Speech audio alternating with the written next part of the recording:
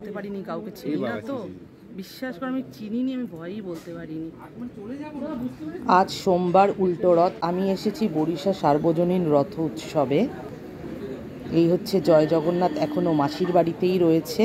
আজ ঠাকুর নিজের বাড়িতে ফিরবেন এবং জগন্নাথ ঠাকুরের এক্ষুনি পুজো হবে এবং পুজোতে যে ভোগ দেওয়া হবে সেই ভোগের আয়োজন চলছে। ঠাকুরের সামনে ভোগ নিয়ে যাওয়া হচ্ছে একের পর এক। দেখুন একজন একজন করে ভোগ নিয়ে যাচ্ছে।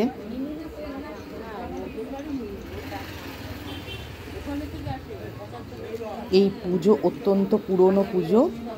আপনারা বেহালা সাবর্ণ রায়চৌধুরীদের তো নাম শুনেই থাকবেন, এদেরই পুজো। এখন ঠাকুর মাসির বাড়িতে আছে। এই যে দেখুন এরাও ভোগ নিয়ে যাচ্ছে ঠাকুরের সামনে।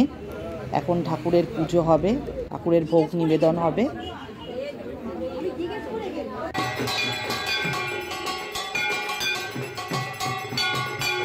এই যে দেখুন এখন ঠাকুরের পুজো হচ্ছে। পুজোর সময় ভেতরে ছবি তোলার নিষেধ আছে, সেই জন্য আমি ছবি তুলতে পারিনি। তো চলুন জগন্নাথ দেবকে আজকে কি কি ভোগ নিবেদন করা হয়েছে তা দেখে নিই।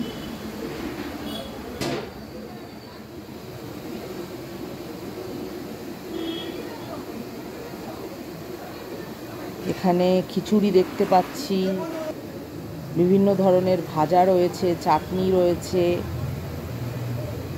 আলুর দম আছে, সাদা ভাত আছে, পাঁপড় মিষ্টি তো আছেই।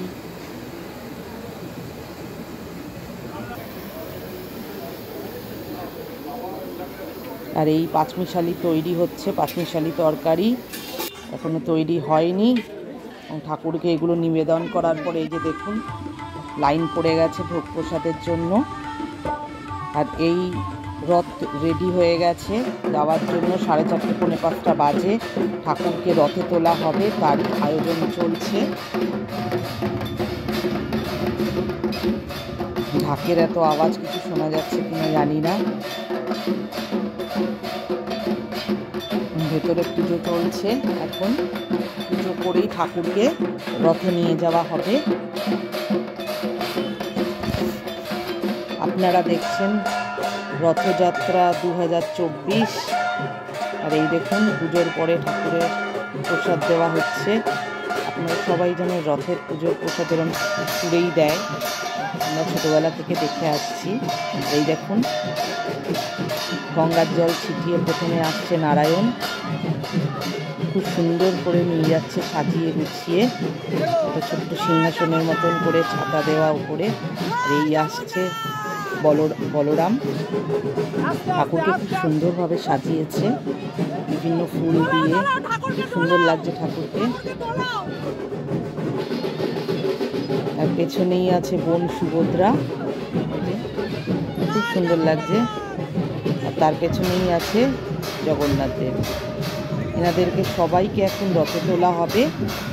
আপনারা পুরো ভিডিওটা স্কিপ না করে শেষ পর্যন্ত দেখুন, আশা করি আপনাদের ভালো লাগবে। আর যদি ভালো লাগে তাহলে লাইক শেয়ার কমেন্ট অবশ্যই করবেন। আর আমার চ্যানেলটা সাবস্ক্রাইব করে দিতে ভুলবেন না, আর পাশে বেল বাটনটাও প্রেস করে দেবেন।